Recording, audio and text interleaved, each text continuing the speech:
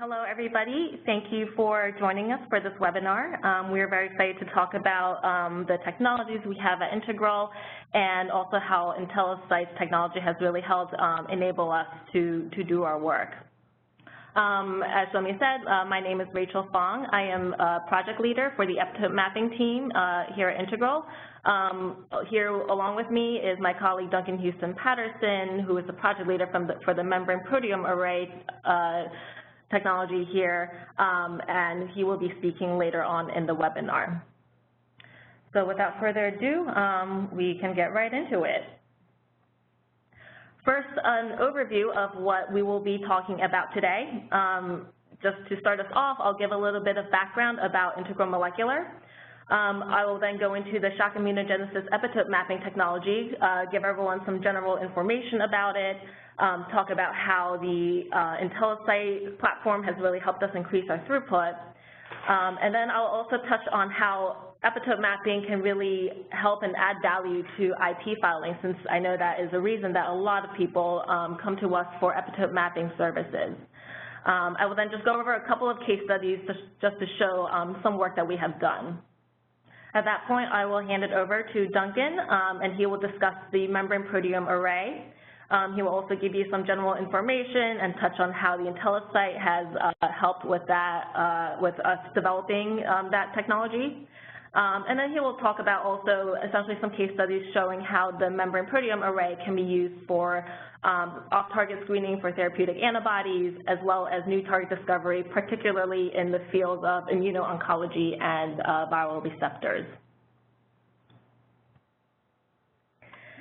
So Integral Molecular is a biotechnology company located in Philadelphia. We are mid-sized, about 40 people. We have been in business for over 15 years, very much focused on membrane proteins. More specifically, our expertise is in antibodies against these membrane proteins. So we have developed products and technologies that really focus on isolating, characterizing, and engineering antibodies against multipass membrane proteins. As I'm sure many of you are aware of, these sorts of membrane proteins are typically quite difficult to work with, but we do have a 95% success rate for isolating antibodies against these challenging targets. We are a company that is very much driven by high-quality science and data. Throughout our years in business, we have worked with a number of different companies. The few that are shown in this graph here are just a handful of the ones that have publicly disclosed their relationship with us. But basically through the years, we have seen our data show up in a number of patents and papers, including some of the top-tier journals such as Cell and Nature. We really value providing our customers with high-quality data so that they can also achieve their goals. So here at Integral, like I said, we are providing solutions for antibody discovery and characterization. We have a number of different technologies and services to offer, and I'll just kind of run through some of them real quick here. The MPS discovery engine in that top line there is really the soup to nuts antibody discovery service that we offer to customers.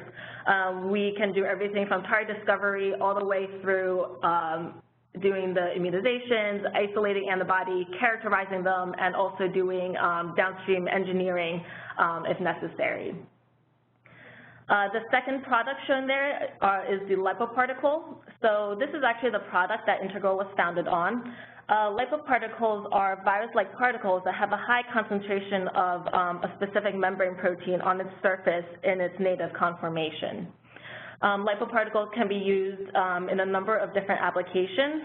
They can be used for immunizations. They can be used for phage display and phage panning. They can also be used in standard assays in the lab, such as ELISAs and biosensor binding studies, among others.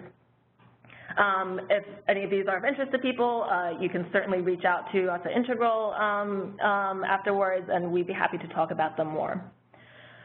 So the last two technologies shown on this slide are, of course, the two that we are going to be discussing today, the shock immunogenesis epitope mapping and the membrane proteome array. So I will just get right down to business. So for epitope mapping, there are a number of different services and technologies out there that people can use to identify the epitopes for their antibody. They all have their pros and cons. It kind of depends on what really you are searching for. Do you know if your antibodies have a conformational epitope? What sort of resolution do you need in terms of the epitope? Do you need amino acid resolution, or is it just, do you just need a general area of the antibody? It also depends on what type of target your antibody binds. If it's a complex protein, then it's a little bit trickier. And of course, speed is, everyone wants things done as quickly as possible nowadays, so that is also an important factor to take into account. So going down the popular techniques, co-crystallography, peptide scanning, and HD exchange, you can see that they all kind of, they check off, each of them checks off a couple of boxes. However, shock and mutagenesis epitope mapping that we provide here at Integral is really the one technology that can check off all of those boxes, in that we can map conformational epitopes at a high resolution on a complex protein at a relatively quick pace, and also identify the most energetic contributors of that epitope. All right, so now I'll just talk a little bit about exactly how our shock and mutagenesis epitope mapping technology works. So what we do is that we employ a method where we make an alanine scan mutagenesis library of the target. What we do is that we mutate every amino acid of the target protein to an alanine. If it is an alanine to begin with, then we mutate it to a serine. All of these mutant clones are then arrayed into 384 well plates with 1 mutant per well, and these clones are then transfected into and expressed in mammalian cells. We then screen these plates, screen the array for antibody binding with detection by flow cytometry. The method for which we then analyze the data is to basically look for mutations that have caused a loss of binding for the experimental antibody, but has maintained binding to some sort of reference or control antibody. And this lets us know that the mutation that we introduced into that clone did not cause any misfolds or trafficking or expression defects, which is shown by the reference antibody being able to bind. However, the test antibody would lose reactivity, indicating to us that the amino acid that was mutated was important for binding of the antibody. Once we identify those epitope residues, we can then visualize them on a crystal structure, assuming one is available, and that gives us a really nice visual that we can show customers exactly where their antibodies bind. So using this method, we have mapped over 500 epitopes to date on a number of different targets, including immuno-oncology targets, GPCRs, ion channels, and transporters. And we actually have a greater than 95% success rate for mapping conformational epitopes. So one of the things that really helped us get to that greater than 95% success rate was the IntelliSite high throughput flow cytometry system. As you can imagine, doing this kind of analysis means that we are looking at hundreds to thousands of data points. And where the IntelliSite really stands out is the level of sensitivity that it has, and also the robustness of the data that we can get because of the sensitivity and the fact that it can give us a lot of data about cell counts and fluorescence for hundreds of clones at a single time. For us, it's important that we can distinguish the differences of fluorescence between clones that show where the antibody binds at the same level as wild type, so very strongly, versus clones that have a complete loss of binding or just decreased binding, which may indicate an allosteric effect or expression defects. So it's nice that we can very quickly and easily visualize these sorts of things. Likewise, cell count is always important to know that the fluorescence data is robust and valid. So it's also very nice that we can very easily look across the plate and see that we have appropriate counts for all of the wells, and if one well, for whatever reason, has a lower cell count, then it's very easy for us to recognize the outliers. The sensitivity has really helped us at Integral with improving the reproducibility of our antibody binding assay. So prior to purchasing the IntelliSite, we were doing all of our epitope mapping by an HRP-based luminescence assay. This was very tricky for us just because we encountered a lot of problems with false negatives. If there were cell loss issues, you couldn't necessarily, see that easily, and with the data, when we would do our replicates, they would not line up very well, and we would typically have to do maybe an N of 4 or 5 in order to actually feel comfortable with a data set that we could analyze.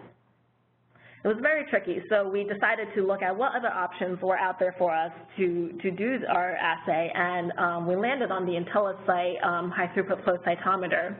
And as you can see in comparison on the right-hand side, using the IntelliSite really helped us clean up the data, be able to have very good replicates.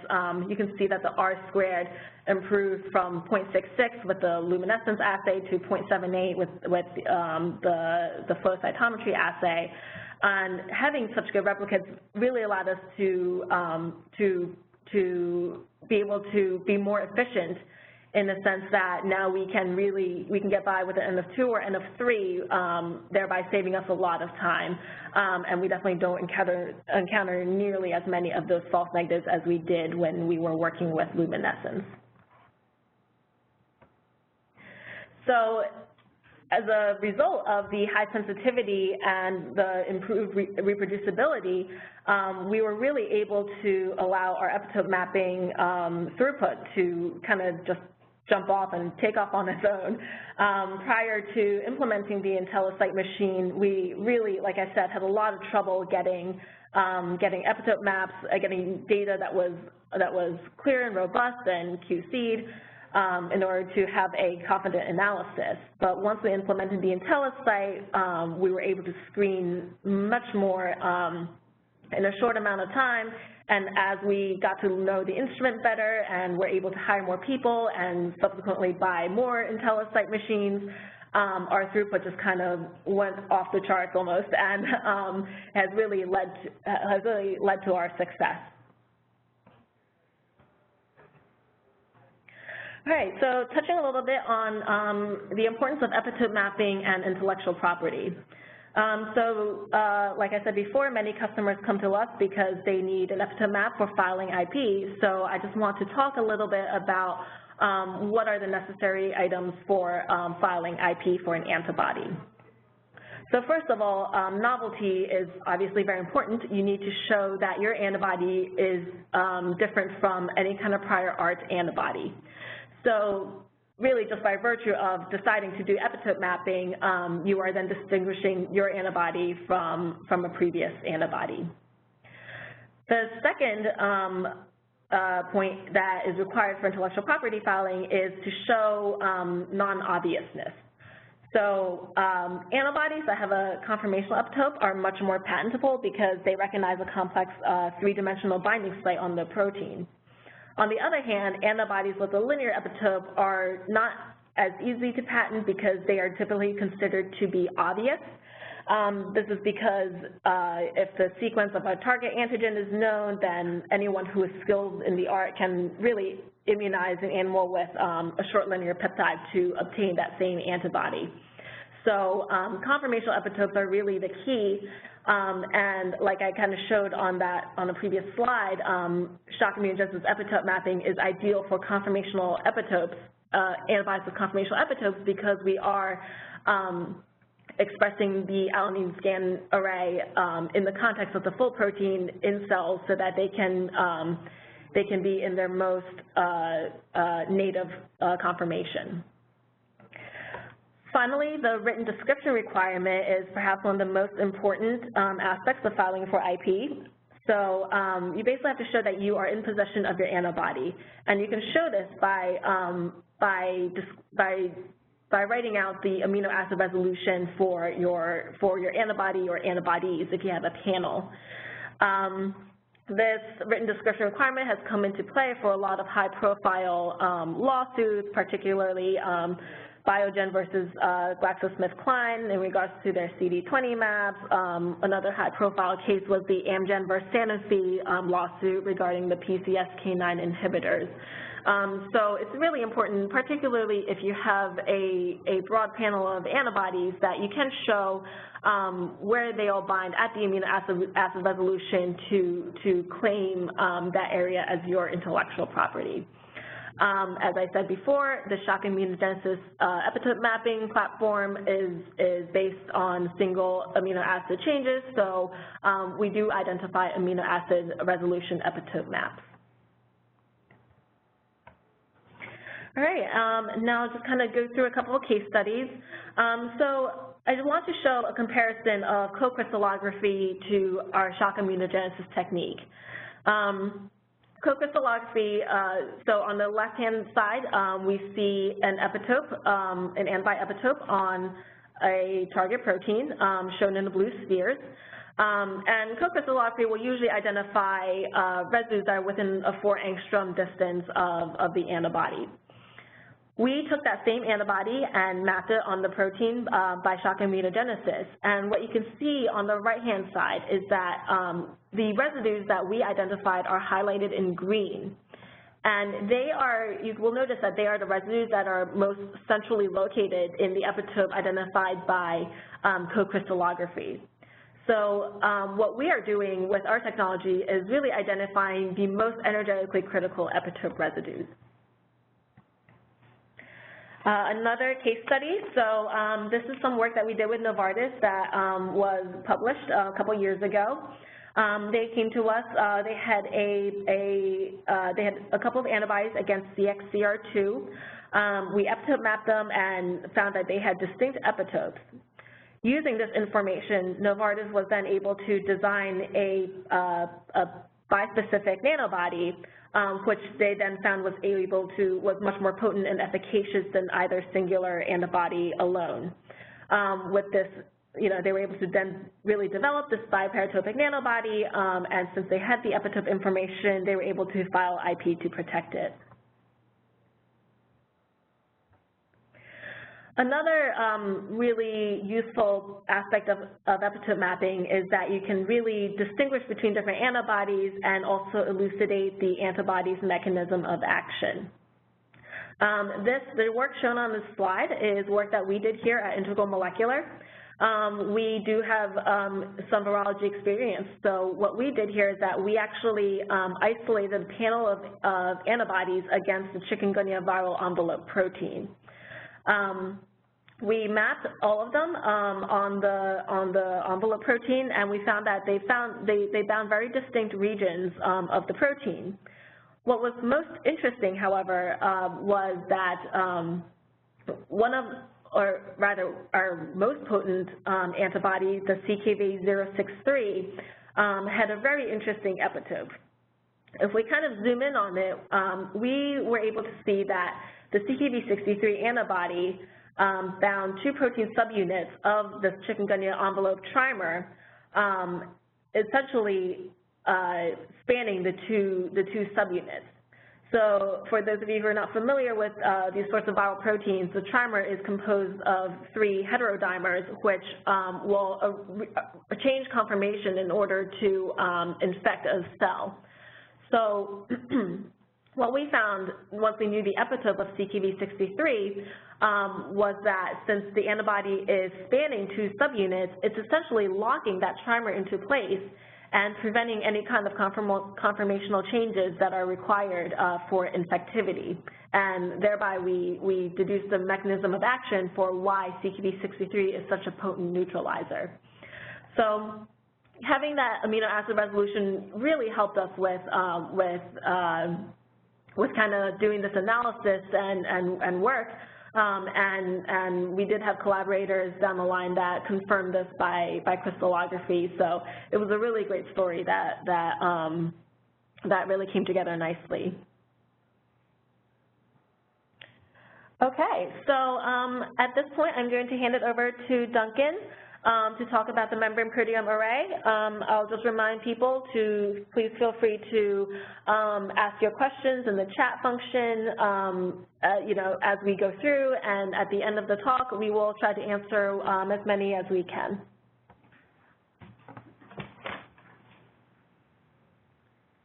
Cool. Thank you, Rachel. To introduce myself again, my name is Duncan Houston-Patterson. I lead the membrane proteome array team here at Integral Molecular, and what I'm going to talk to you about today is the way that we use this platform for a number of different things here at Integral, and really to show how the IntelliSite platform has enabled that. So as a quick overview, the membrane proteome array has really interesting uses both in target discovery as well as the characterization of antibodies for further therapeutic development. So essentially the membrane proteome array is a very simple concept. It's 5,300 membrane proteins, clones of membrane proteins that are arrayed in 384-well plates. So one clone per well.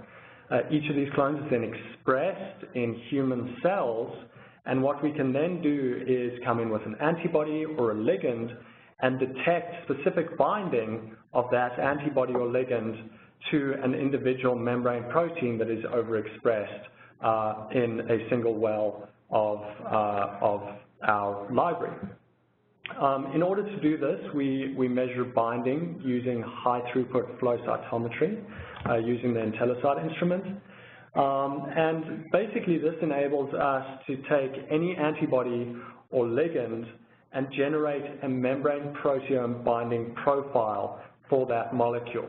So we can really identify targets as well as off-targets across the entire membrane proteome. So this has a number of uses for us.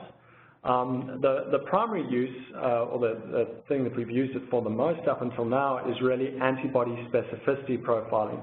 So this is looking for any off-target binding of antibodies to de-risk further therapeutic development of those antibodies, or to help inform the selection of a lead candidate.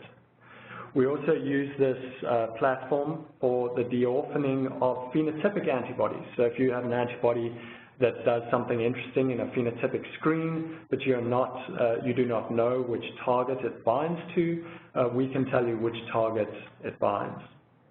We've been using this a lot recently for the discovery of new immuno-oncology targets. So all of the proteins in the array are expressed in live cells. They're live and functional, so we can use this for high-throughput screening to discover new drug targets, as well as to discover the functional receptors of viruses, which I'll be talking a bit about later as well. So really this is a very simple concept, but it's broadly applicable to a number of different scientific problems. The great enabler for this platform is really the high sensitivity detection by a high throughput flow cytometer, and this is provided to us by IntelliSite.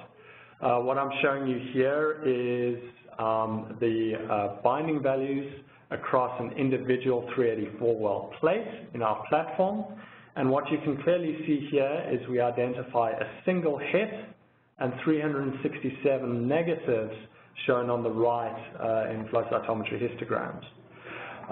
So IntelliSite really enables us to do this in a high throughput manner and in 384-well plates, which really increases our throughput.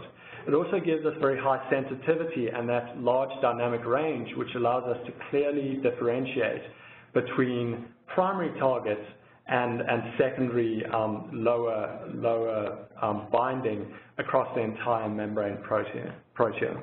So this has been a massive enabler for us and really, has helped us get this technology off the ground here at Integral. So what's so important about, screening your lead antibody panels against our array? Well, really it comes down to de-risking further therapeutic development. We know and have known for a long time that most of the safety failures, both in preclinical and clinical development, are due to off-target binding. So what is really required is a method to screen lead candidates early so as to de-risk the further development and the money spent further along the line once these molecules get into the clinic. And this is an example of where we've done this with a collaborator, and what these collaborators had was essentially a lead panel of two antibodies, MAB1 and MAB2 over here. And whilst we were doing these specificity screening experiments, they were actually doing some PK analysis. And what they found is that one of their antibodies showed some unexpected staining in some of the organs of their PK model, which was a mouse in this case.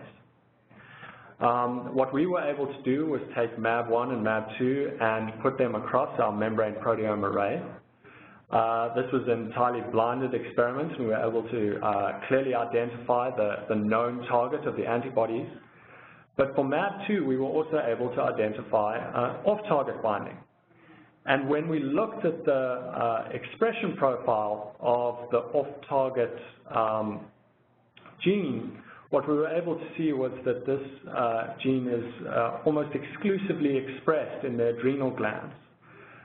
We gave this information to our collaborators, and they were able to confirm that the adrenal gland was exactly where they had seen that off-target screening. So what the membrane proteome array has been able to do here is really de-risk that lead selection process and able to predict off-target binding in a sort of physiologically relevant sense. As I said, we've used the membrane proteome array a fair amount for de-orphaning antibodies where either the antibody target is not known or it's a phenotypically interesting antibody, but again, the target is not known. This antibody example that I'm showing here came from one of our own antibody discovery campaigns. It didn't bind the target that we had immunized with. Instead, it bound a background cell line, in this case, HEC293T cells. What we were able to do is put this antibody on the array, and we found that this bound GLUT8, which is a glucose transporter. Now, really, the takeaway here is that the glucose transporters are not easy proteins to express. They've got 12 TM domains. But in our system, with the robust detection of the IntelliSite instrument, we were able to clearly identify GLUT8 as the primary target of this antibody. Interestingly, this is also the only described antibody to bind GLUT8. Right, moving on to immuno-oncology. So obviously immuno-oncology is a very hot field at the moment in terms of cancer therapeutics.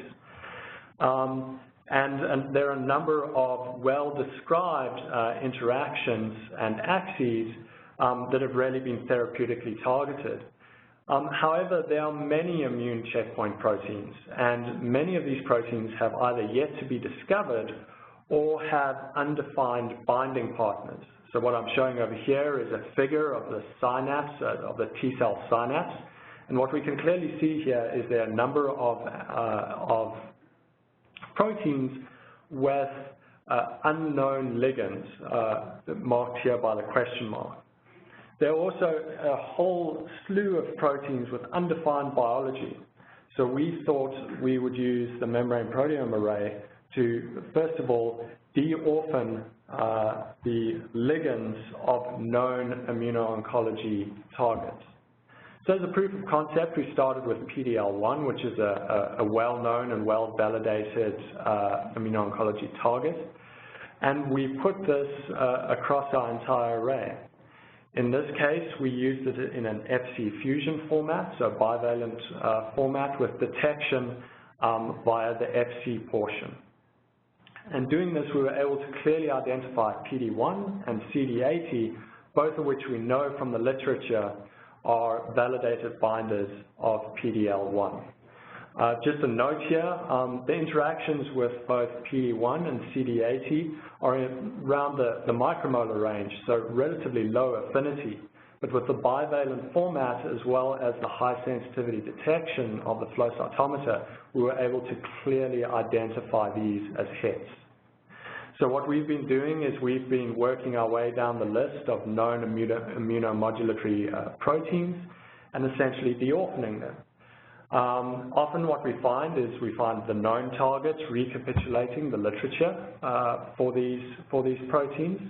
But on a large number of occasions, we've also been able to identify novel targets, novel biology across different axes of the immune system. So we are now starting to define new biological interactions. We've also been able to define the targets of immunomodulatory proteins that are up until now orphans. So we're working our way down the list, and really the membrane proteome array has allowed us in this sense to discover some really interesting new biology and some really interesting new therapeutic targets. Right, so going on to my last slide, as I'd described before, we're expressing functional proteins in live cells. So we can essentially screen for function. We decided to do this using reporter viruses, as Rachel has spoken about as well. We have a deep knowledge of viruses and virology here at Integral Molecular.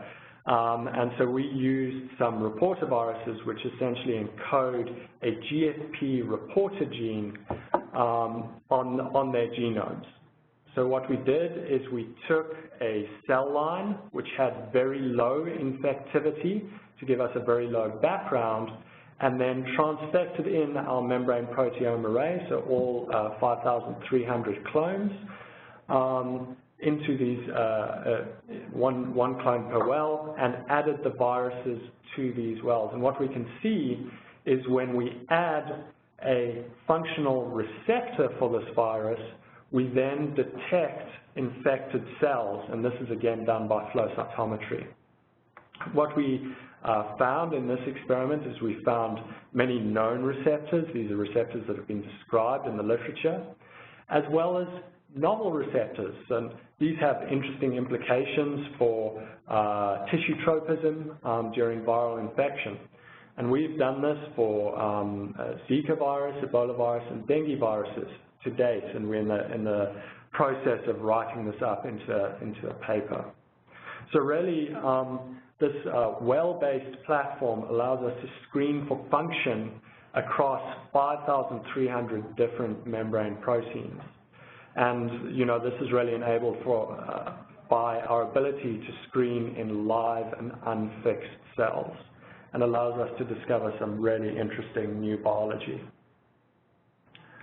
So with that, I'd like to thank you all for attending and listening to us. Please add your questions to the chat function if you haven't already, and we'd be happy to go through them and answer them. Also, thank you to IntelliSite for putting this on and really allowing us to showcase how we use their platform to do some really interesting science and really help many of our customers, collaborators, and partners. So again, you heard Rachel Fong first, and I'm Duncan Houston-Patterson, and we'd be happy to answer any of your questions. Thank you, Rachel and Duncan. So we're now opening the session for Q&A, so please feel free to type in your questions into the Q&A tab or message them to me at IntelliSite Marketing, and we'll take them as they come. Okay, we have one question. Do you create your own proteome array? Did we create our own proteome array? Yes. So essentially what we did is we did a lot of bioinformatics. We went through 33 different tissues, looked at the RNA-seq data out of that, and predicted what membrane proteins are expressed. in those tissues based on the presence of TMs or other membrane anchoring elements such as GPI linkers. We then essentially had a list, and we filled this list either by synthesizing most of them or by buying up clones from commercial catalogs. So we did this all ourselves, and at 5,300 membrane proteins, this is the largest library of its kind that we know of.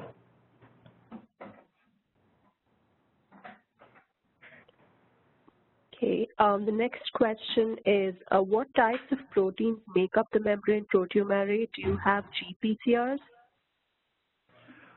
Yes, so we have, we predict that we're somewhere between 95 and 96% coverage of the entire membrane proteome. For instance, for GPCRs, I know off the top of my head, we've got 99% of all GPCRs. So yeah, we've certainly gone for breadth, and we've got greater than 90% of GPCRs, ion channels, transporters, IgV set proteins, which are important for immuno-oncology. So yeah, we've got all classes covered greater than 90%.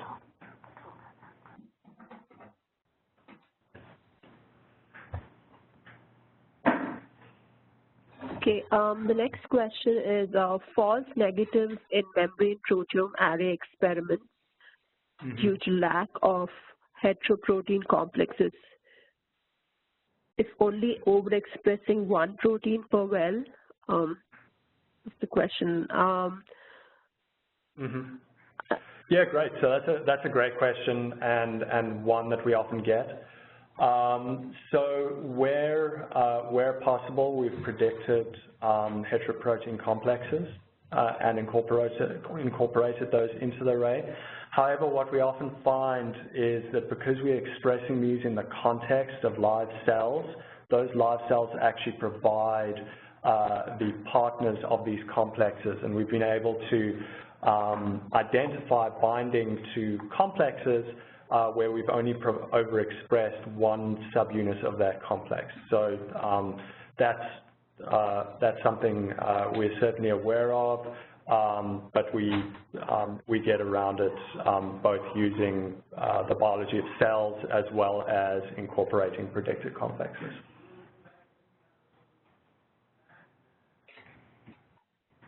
Okay. So the next question is, for the epitope mapping, have you ever experienced that an alanine mutation in a hotspot that is not the actual epitope, but rather important for conformational stability leads to false positives? So we have not experienced that in the past before. We have a number of controls in place to account for whether things are expressed, folded, things like that. Also, both in terms of having wild-type protein as well as comparing against various other antibody binding aspects. This has not been a problem in the past.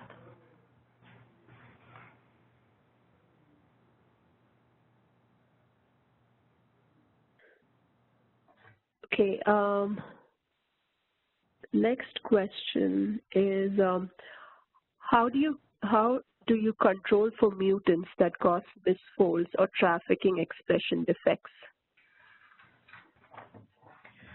Yeah, so that's a very good question for the epitope mapping mutation array. So kind of like what I said previously, we do control for those things by having a reference or control antibody against the same target, assuming that it doesn't bind these exact same epitopes as the antibody that we are mapping. We can use that to determine that a mutation has not affected folding or trafficking or expression. In the case that there are no other antibodies available, we have also engineered tags onto the proteins, which we can then probe with an anti-tag specific antibody to check for expression.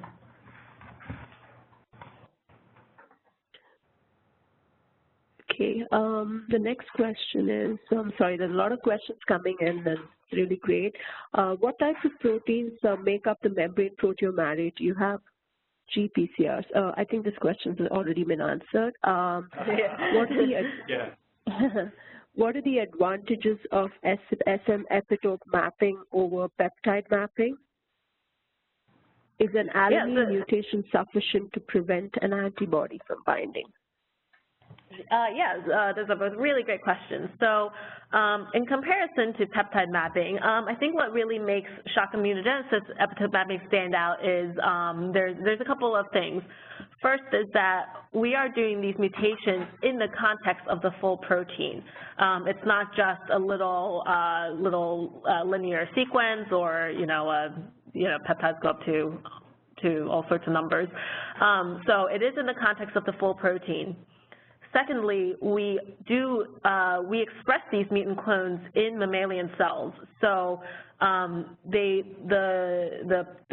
mutated targets are going through all of the native, all the post-translational modifications that are usually happening within the cell, and they're being expressed on the cell surface to, as native as they can be, given that we have introduced a mutation.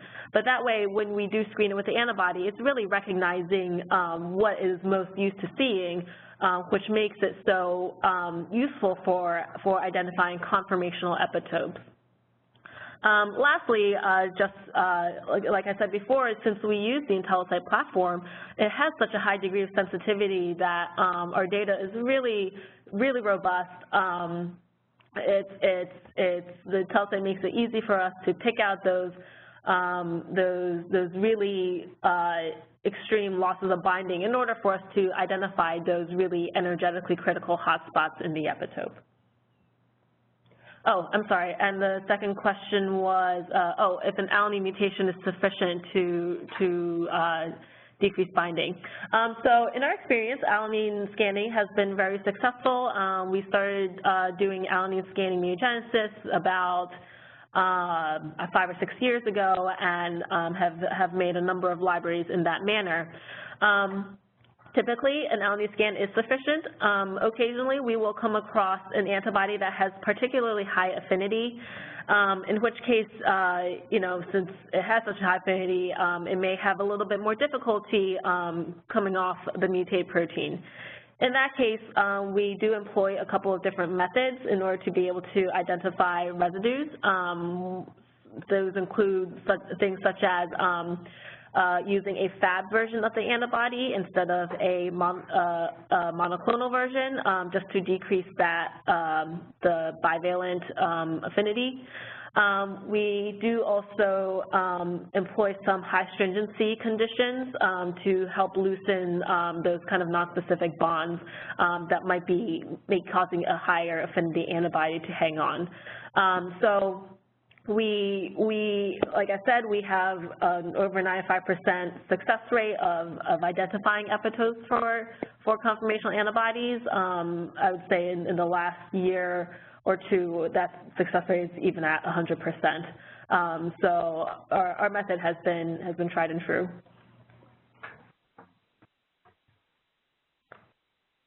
Okay, is your sample prep automated?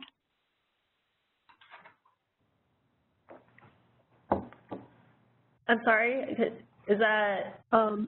Yes, the question was, is your sample prep automated? Yes. Yes, our sample preps are all automated. Since it is such a high throughput method, we have lots of robotics and instruments in the lab to help us do all that. Okay, the next question is, how many events per well for mapping or proteome array experiments, and what is the total read time for a 384 well plate?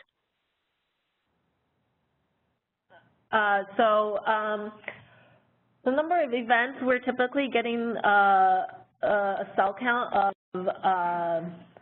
2,000. About 2,000 to 5,000 is the average range.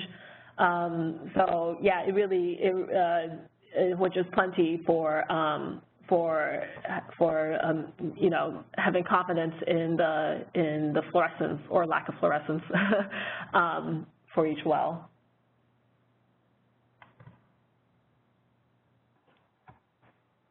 Okay, next.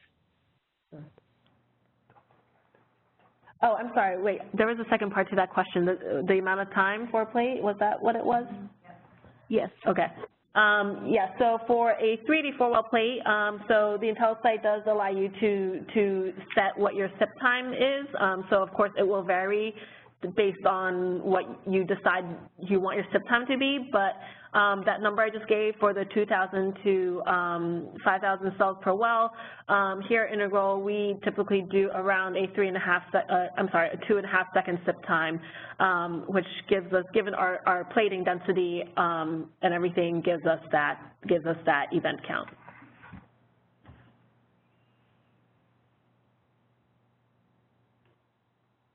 Okay, the next question is, antibodies are supposed to be very specific. Do you see much off-target binding? Yeah, so this is a great question. Of course, antibodies make such a compelling therapeutic modality because they are very specific, much more so than small molecules. However, the more we look, the more we find off-target binding by antibodies. And just to be clear, this is distinct from just generally sticky antibodies that kind of stick to everything. We see a surprisingly large number of polyspecific antibodies, so antibodies that bind two targets, and where those two targets are very different. They're not family members, proteins that are family members. They're very, biologically very distinct. So that's certainly been one of the more surprising things that's come out of the membrane proteome array, is how much of that we do see. It's nowhere near as much as small molecules, but there is still a sizable portion, and that's really why it's so important to put, to use this information for lead candidate selection. Right. The next question is, have you constructed membrane proteome array in animal species other than human? If yes, what are they? No, we haven't. That's a question we get all the time. Obviously, the first step would be to do a mouse one. I think that would be very useful, and it's certainly something we're talking about, though I don't think we're anywhere close to that at the moment. So yeah, just to be clear, that it's a human array, and that's what we have at the moment.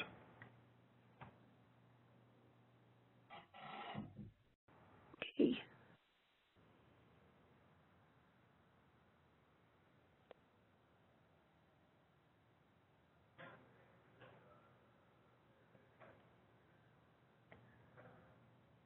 Okay, after identifying targets, are you validating with full IgGs or just FCs? Is that for the membrane proteome array? Yeah, okay, cool. Yeah, so what we generally do, the way a project works with us, is we do an assay setup portion where we make sure that we can detect the binding of your antibody to a positive control, usually Fc gamma receptor or protein A in the context of a cell. We will then, if it passes that, we'll then put it over the entire array.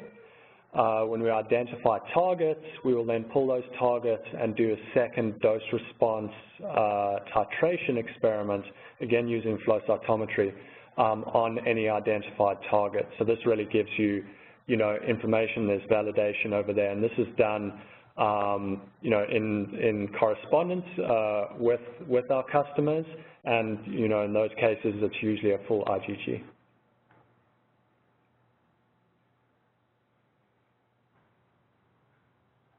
All right, looks like those are all the questions that we had.